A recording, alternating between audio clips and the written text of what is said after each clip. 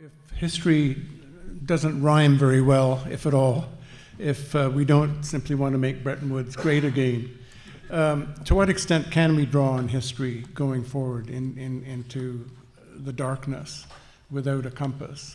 Are there things that we can do that will give us surety of purpose and direction in this plan to decommodify the economy? Well, I very much agree that this is not just a matter of leadership, it's a matter of mobilization.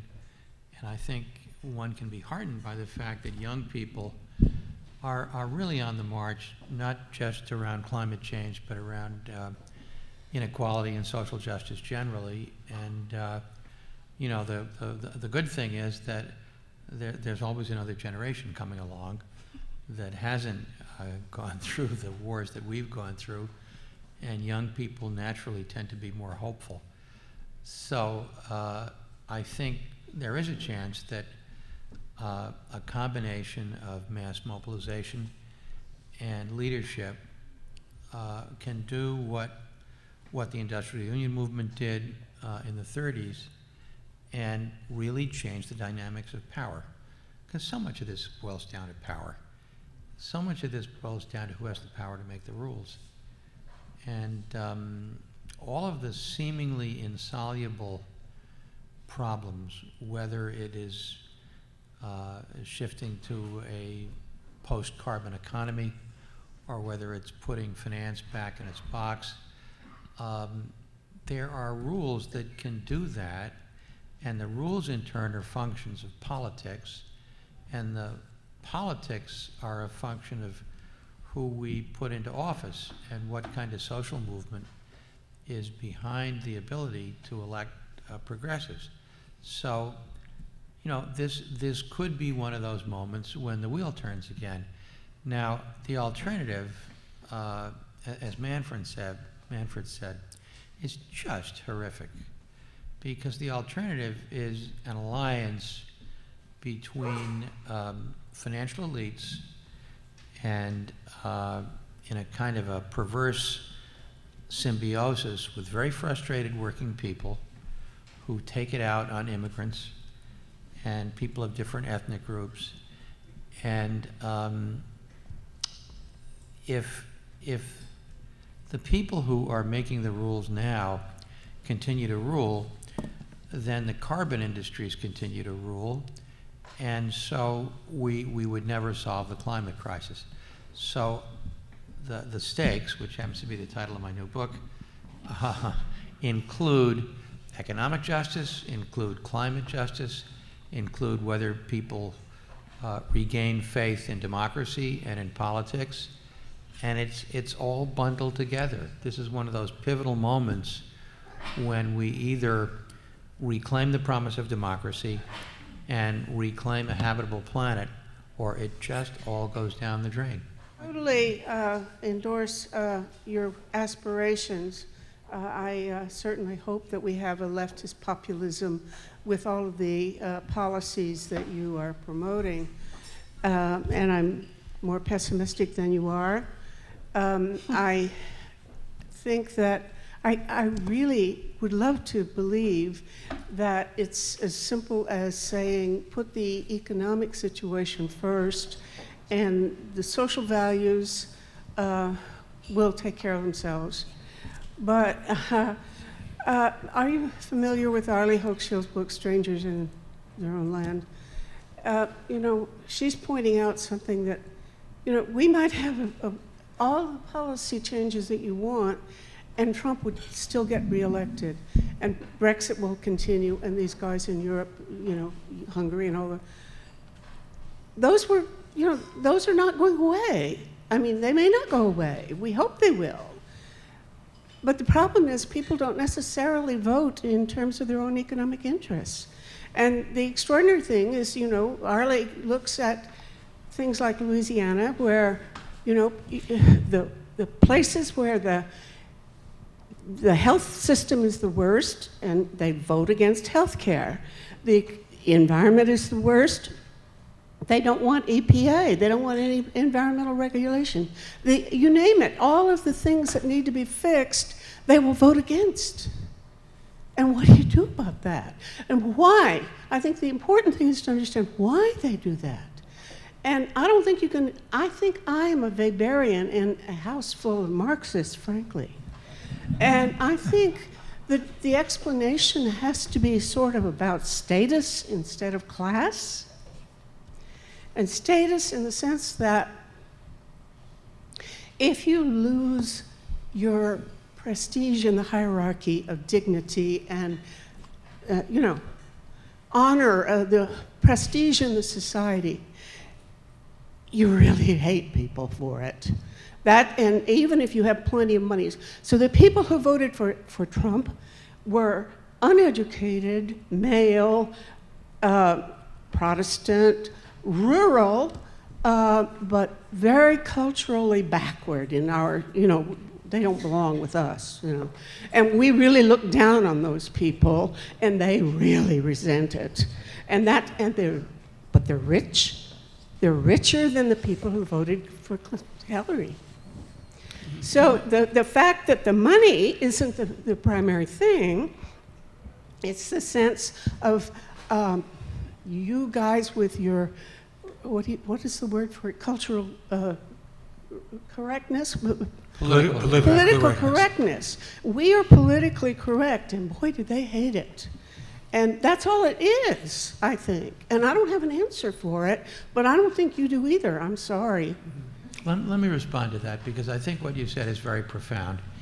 And Arlie's a dear friend. I can recite that book almost from memory. She interviewed a guy named Harold Areno, and he said, the EPA comes down on the little guy because they can't take on the big guy.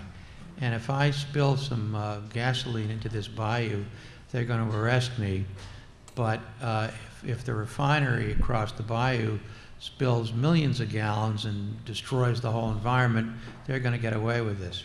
So there's a kind of inchoate populism that is not honored by enough political leaders that I think could be honored. And I go through the exercise of asking, when Trump says make America again, great again, what feeling is he tapping?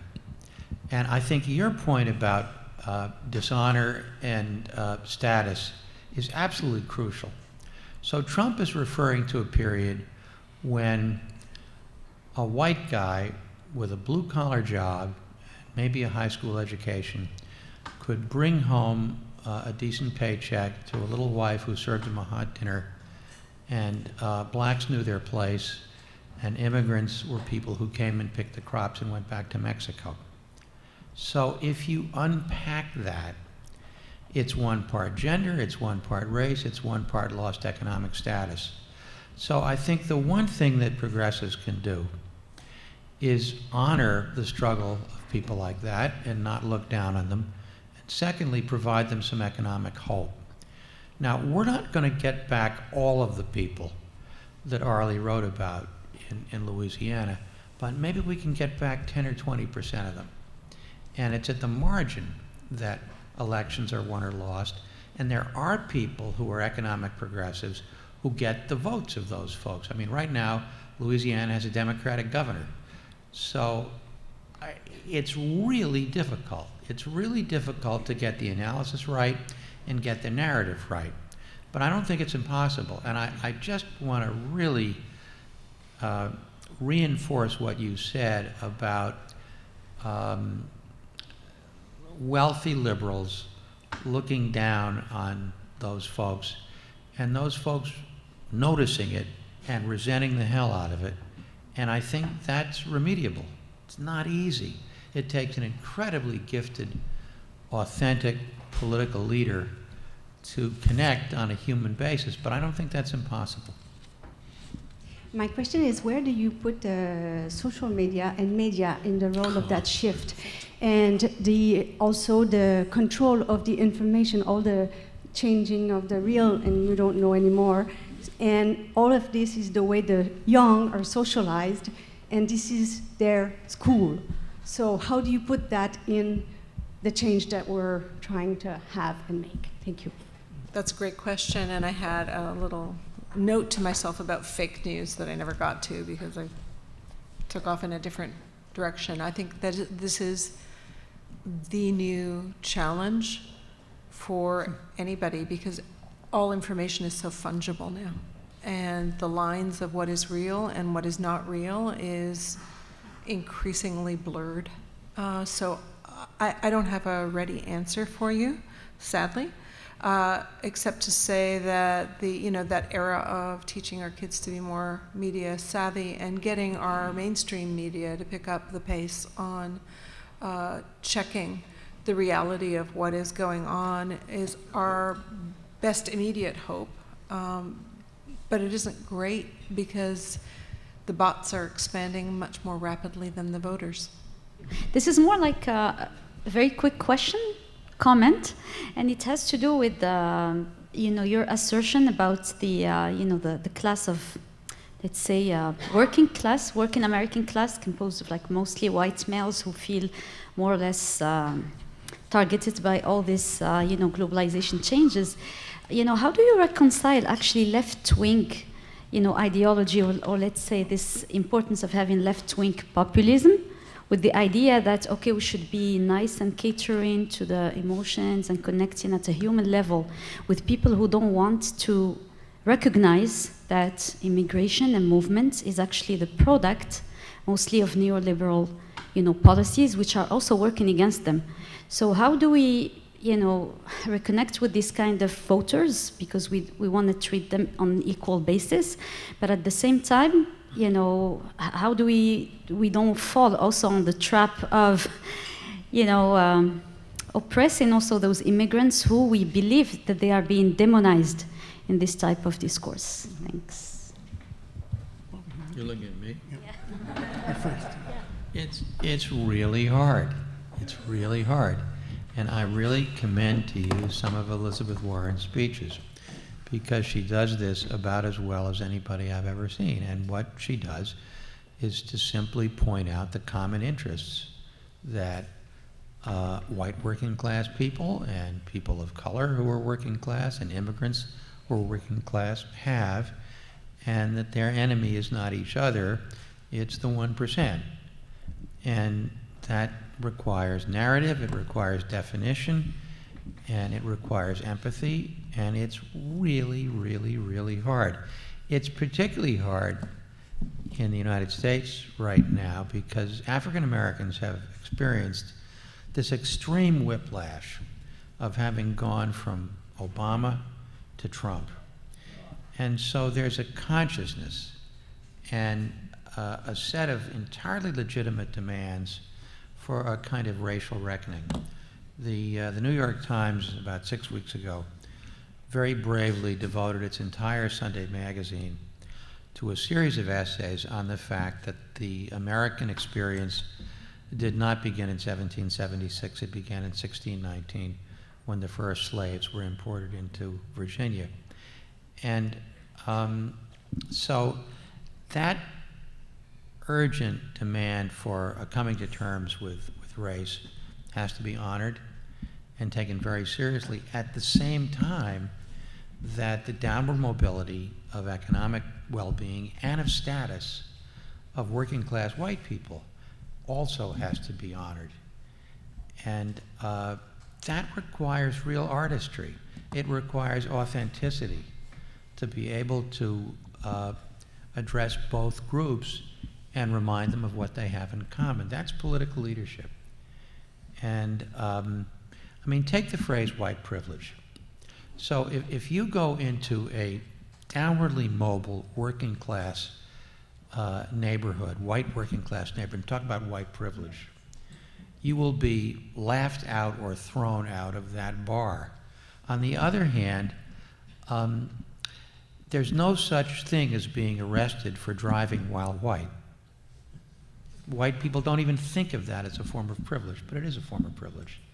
And so squaring that circle is more important, I think, than anything else going forward if we're going to build a viable progressive coalition. I'd like to jump on that because that's interesting given that what you've just said, given that you said that economy before culture. But I think you're right, it's like both. Actually, I think your two questions are somewhat related, and I'm sorry I only talked about what I can't imagine doing, because I think it's really important what left populism is saying we are building. You know, so our message that is going out is not just how do you kind of deflect the fake news that's out there, but what's the message you're saying? AOC is not having any trouble explaining what she stands for and what she's trying to build. That is left populism, what she is spelling out. All due respect to Elizabeth Warren and Bernie Sanders, but man, she's got the attention of everybody, not just people that are young, because she knows what she is. She's the real McCoy. She's come from that world, and she's talking about what she knows is possible to do better. So whatever left populism is about, it's not just about culture. It's about what are we building together? What do we need to build together? What are the dangers we all face? And it isn't just. With respect, again, it isn't just the 99% plus the 1%. It's like the 1% is involved in this climate chaos that is going on. They're causing most of it, but they're also going to lose the most money because of it. Like, they get that everybody's at risk. So what are we going to do about climate chaos? Like, what's the plan? What are we going to build together? So my thoughts when I hear Manfred talk about if we don't deal with the debt, it's going to collapse on us and we're going to run out of room. I'm sorry, I don't believe that MMT is the solution, because I don't think it is about printing money. MMT, modern monetary theory, talks about how a sovereign government that does have control over its own finances, which is not the case of certain countries in the European Union, and is not the case of the states in the United States or the provinces in Canada, but Canada as a federal government and the United States as a federal government can actually say, this is what we are going to do together. And they can literally finance it, because guess what? In any financial system, it is the act of loaning money that creates the deposit, not the other way around. It's not like we borrow money from deposits. So if we decide we're going to go to war, we make the money to go to war, and then we figure out how we're paying for it. If we decide we are going to build infrastructure, the very act of building the infrastructure puts money in people's pockets. So it's just up to us as a left populism to imagine what is it that we're trying to build and why are we building it. And that message can be polluted by fake news. It can be polluted by social media, but it also can be carried by social media. It can be magnified. Nobody's talking about what they want to build. They're just talking about, oh my God, we're in trouble, democracy's in trouble, capitalism's in trouble, instead of saying, we must actually make every home in Canada able to withstand climate change, actually be carbon neutral. This is a big infrastructure project. It is going to take a lot of money and a lot of people to make this happen, but we're going to do it in 20 years. That's aside from the carbon tax. Maybe the carbon tax will help pay for it, but it's like, what are you building? The Green New Deal is not just short form for a way for the government to make government great again. The Green New Deal is about cobbling a deal amongst us all to deal with this existential threat, not only to capitalism, but to our lived reality. And we need to hear more of that left populism, the project for building. That is so much easier to convey than combating fake news and you're more holy than thou. And you're going to tax people in a better way than, or cut taxes in a better way than the other person. It's what are we building together? That's the left populist project. What are we building together and why are we building it? Why is this the only thing we can be building only together, not through the market? Well, as Bob was saying earlier, we need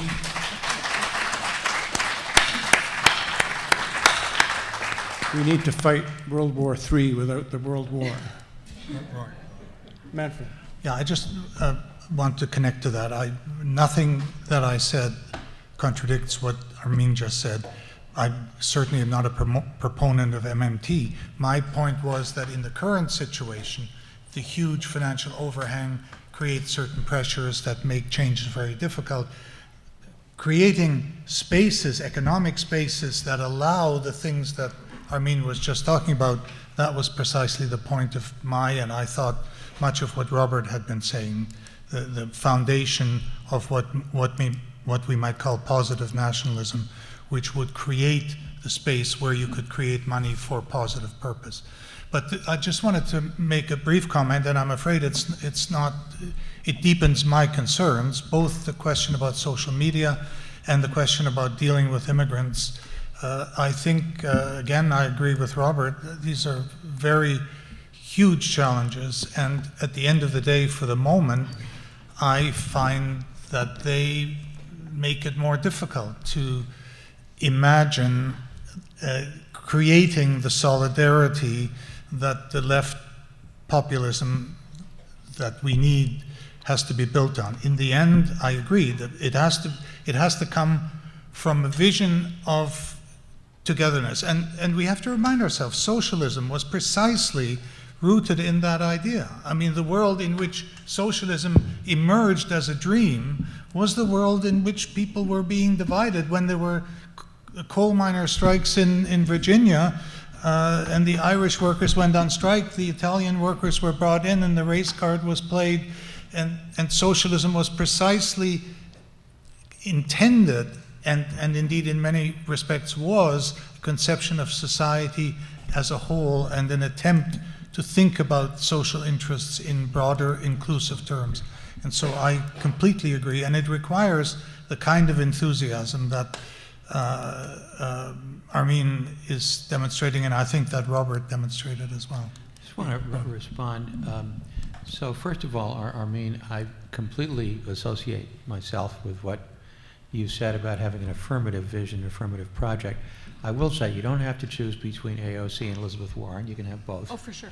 And in terms of immigrants and conflict over immigrants, splitting the progressive coalition, again, I hate to be the House optimist, but Daniel Bell used to say, for example is not an argument, but sometimes an example is useful. So just as Karl Polanyi's Red Vienna was an example of what's possible, Los Angeles right now is just a stunning example of what's possible. So this is a city that is a majority-minority city with lots of different ethnic groups, and yet it all adds up to a very left-wing city that elects progressive mayors, that is one of the last really strong union towns in the United States, that has elected wall-to-wall progressive Democrats in the state of California, which I think would be maybe the 8th biggest economy in the world if it were an independent country, and has 2/3 majority now in both houses of the legislature, plus a Democratic governor. So I am not an expert on California, although my first book was written on the tax revolt, but some kind of chemistry and some kind of organizing genius has allowed what otherwise would be a terribly fractious situation to come together as a progressive coalition. How'd they do that?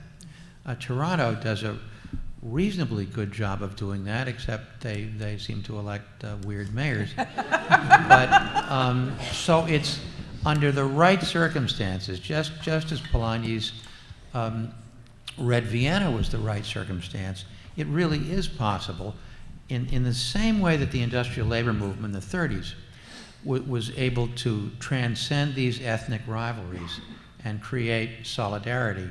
It's possible to create solidarity some of the time in a situation with multi-immigrant communities. So that, I'm sorry, I just am congenitally hopeful. I wonder if we could get a clear definition of left populism from those who've used the term. My knee-jerk reaction to it is it's a variation of identity politics. And no, I know that's not what was intended, but that's what a lot of people think of when they think of populism on the left, right? So just to clarify, the reason I ask is because of some of the other questions that came up on the resentments of the, let's say, white working class in the US, for instance, and the resentments that led, we assume, to the election of Trump. There's quite a bit of literature on the problem of shame, and shaming leading to humiliation and resentment, and to looking at the other as the enemy, because the people who feel shamed have either lost their jobs or they've lost their identities. They feel that they're being accused of things that they don't believe. You know, there's a large percentage of white Americans who voted, white male Americans even, that voted for Trump, who are not racists, and yet are accused of racists because they're white and male and so on. And this, to me, is a huge problem that needs avoiding. The shaming of people leads to extremism. And I just wonder if you could clarify on that. Well, so look, I think it's important not to conflate two different things. I think the shaming that goes on and the extreme form of identity politics is not helpful. But that's the antithesis of left populism. It seems to me, well, I'll say what I mean by left populism.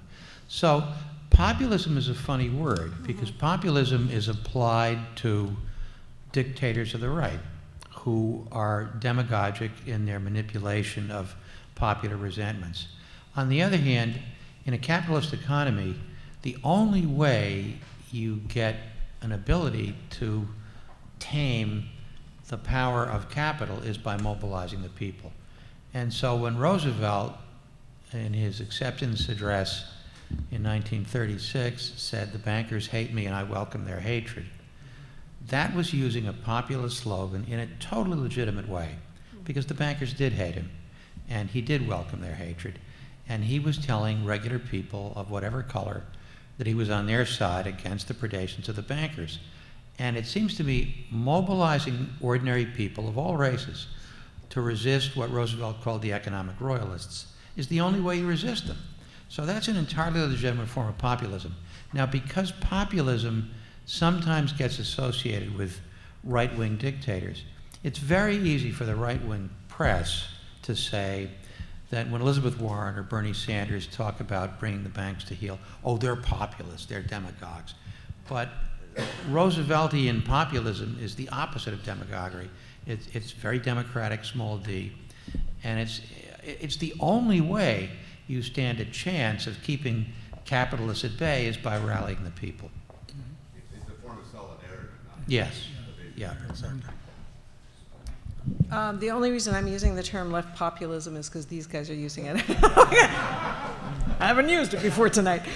But I do think there is a role for left populism, because you don't want the right to be the only group that owns it. And that's why I was talking about the project. But I think you've raised the really important question about identity politics and how this is a real landmine we're about to walk through. And it isn't just in Canada, and it isn't just in the United States. We keep kind of weaving in the conversation in and out on immigrants. So I mentioned earlier that one of the big existential stories, along with climate change and with the trade wars, you know, everybody's been preaching export-oriented growth for 40 years, and suddenly you can hear the brakes going, and like, who knows what's going to happen to the global economy, but it isn't going to be led by export-led growth in the next little while. So are we de facto all protectionists, or what are we doing? So left populism has got to have two elements to it. Number one, with population aging, the robots aren't going to eat all of the jobs fast enough for us to not run out of people. We're going to have labor surpluses. This is an unbelievable historic opportunity in places like Canada and throughout the global north. China's aging faster than Canada. South Korea's aging faster than China. This is happening throughout the entire global north. So the only place that's got labor surplus right now is the global south. So there's this huge push-pull of opportunity in the global north and not enough people in the global north, and too many people and not enough opportunity in the global south. Guess what's going to happen? More people are going to be on the move. More people are on the move every single year because of economics. But how people come into these countries are either as permanent residents on a fast track to citizenship or as temporary foreign workers. And in a country like Canada, our policy has changed over the last decade from being one of welcoming new citizens and newcomers to welcoming new workers who are here and in and out over and over again in a ratio of 3 to 1. And that has happened in the course of a decade without anybody talking about that's the future.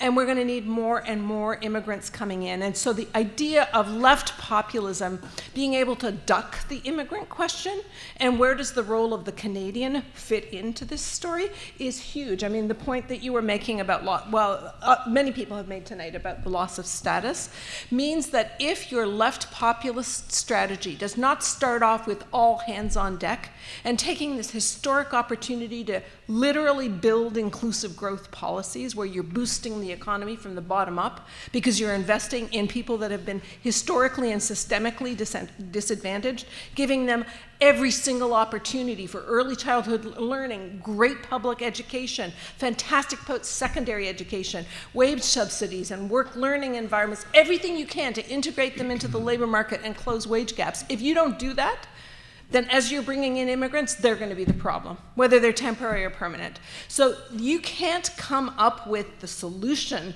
for the next 10, 20 years unless you are, everything about your policies are about all hands on deck of the Canadians we have already, that we do right by our Indigenous populations, that we do right by our people of color, that we do right by everybody that's already here that is not playing on a level playing field. And then we can bring in more people and treat them right too. And those are huge political questions going forward, and they have a left answer as well as a right answer. Well, fortunately, my name's Eduardo, so that's fairly close. I spend a lot of time with academics. I have a master's only. But I'm a master's in entrepreneurship, so more of a bottom-up approach than a top-down. And for fear, what I've always learned is that if you want to challenge an academic, you ask them about the how rather than the what. We've talked a lot about what, and I've learned a lot because I have no knowledge about the sort of study, the philosophy, the social scientists, the economists that you have been referring to. I'm also much younger than you and have many more decades ahead, so I'm looking for more pragmatic answers. Few people here touched on the point about communication. And I wanted to talk about ask you about how to communicate and raise awareness for people of my age or younger. I'm 34. And if we are going to have a wave of change, it's all nice. Everyone here has obviously paid the money. Everyone's got many years of looking back on time to be able to reflect on things. Whereas, as we learned yesterday, not many people read anymore. A lot of people are in their silos of social media. They're happy, they're comfortable. They aspire to travel. Yet we all know that airplane travel is one of the very difficult on the environment. How do you bring up these conversations with people and not have a level of ostracizing each other or walking away with it, not liking it? Because really people don't want to talk about these difficult topics. I'm one of 4 people maybe that are under 40 here, so hey guys, hey, we should hang out later. 6, all right, we're here, power to the people. But can we go into a little bit more about so pragmatically, how do we move forward and how do we bring up those conversations? Because we don't have very much time. We can talk about inequality, but we're also talking about the climate change, and those two things together, the hypercapitalization and whatnot. We got to do something quickly, and without communicating it appropriately, people are going to keep doing what they're normally doing and voting things like Maxime Bernier, and we're arguing about whether or not there should be a price on carbon, things like that. So can you guys talk a little bit more about how, for the communication side? and how we can raise a little bit more awareness and caring in society. Because if there's no caring in society, there's going to be no change. Thank you. Well, I think this is one of the areas where young people are leading. I mean, the really exciting thing about the whole movement to do something about climate change is really that it's being led by the young, and this is less a case of us old folks needing to impart wisdom to the young than vice versa. Partly you got to get mainstream media covering the issues that you think are more worthy of covering. We've talked a little bit, we've flirted around with the issue of union organizing. Bob raised the fact that in a recent poll, 57% of Americans thought a union was a good thing, would like to join one. Over 50% of the states in the United States are right-to-work states. They can't form a union. they can't do it. So we need to be talking about these things more often. And I would turn the how question back on yourself. Ask your friends, how would they want to deal with climate change? What are their ideas? How do they think tax cuts? Like, we've got the two main contenders talking about they're going to spend roughly $6 billion of our dollars giving us back our money, because what, they can't think of what to do with the money? You know, like, ask your friends what they think that, you know, is that a good idea? Why is it a good idea? You should educate yourself on how you would respond in a conversation like that. You yourself are, I mean, I guess it's a kind of evangelistic thing, but people don't talk because people aren't asked how they really feel. Meet people where they're at. Ask them to say where they are at, and write to your radio stations and your newspapers and your magazines and say, why aren't you covering these issues, the issues that are important to you? They will, if they hear enough from you.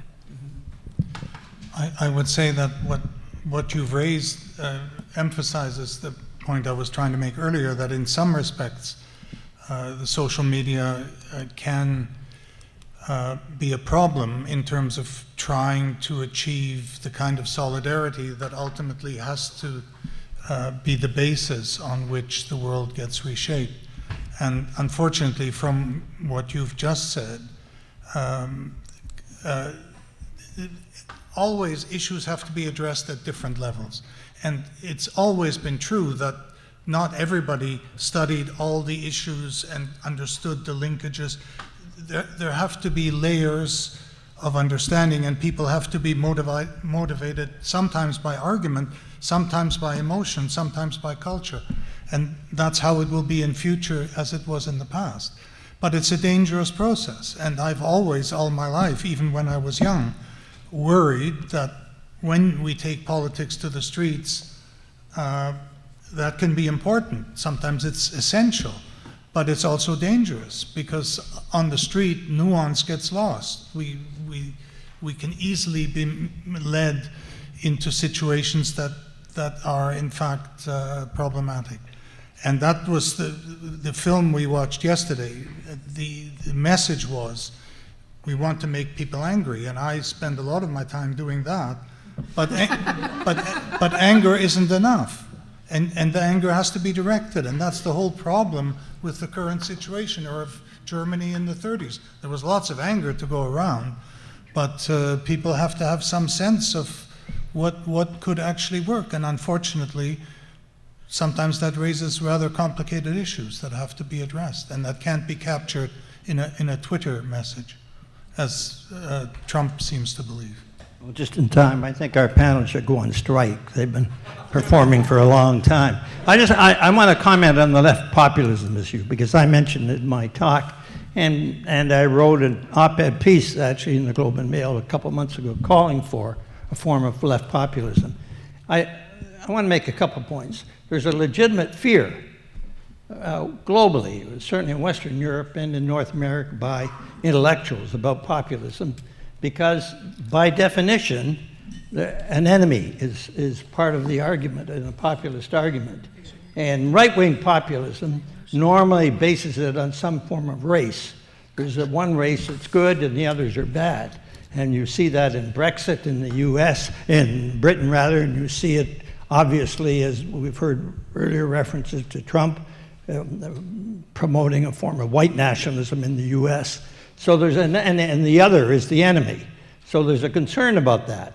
And as I said in my opening comment, when I mentioned left populism there too, it's left populism respects political and civil rights. That is absolutely crucial. That right-wing populism does not do that. In fact, it creates antagonism between races normally, and left populism doesn't. It seeks to incorporate concerns of immigrants with working class concerns in general in one kind of movement that would show linkages between the two and how a common political agenda can meet their grievances. I have used many times, in fact, the U.S. example of Roosevelt that Bob mentioned before, talking appropriately about robber barons. And in Canada, it's the same thing. It's the 1%. And I think it's entirely legitimate and desirable for a campaign here to talk about the disproportionate gains and the power of the 1% versus the rest of us. And that should be incorporated into a populist argument that, I repeat, respects political and civil rights of everyone, though. And just to finish on the note of banks, not just in the U.S., I launched a campaign once in 1984 on Bay Street, kicked off our campaign, and I talked about the Bobbsey twins of Bay Street. It's not a bad slogan. Does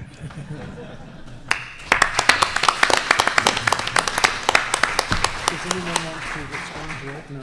Okay, on that note, thank you very much, Ed. Let's bring this evening to a close, and let's do so with a round of applause to our fantastic panel.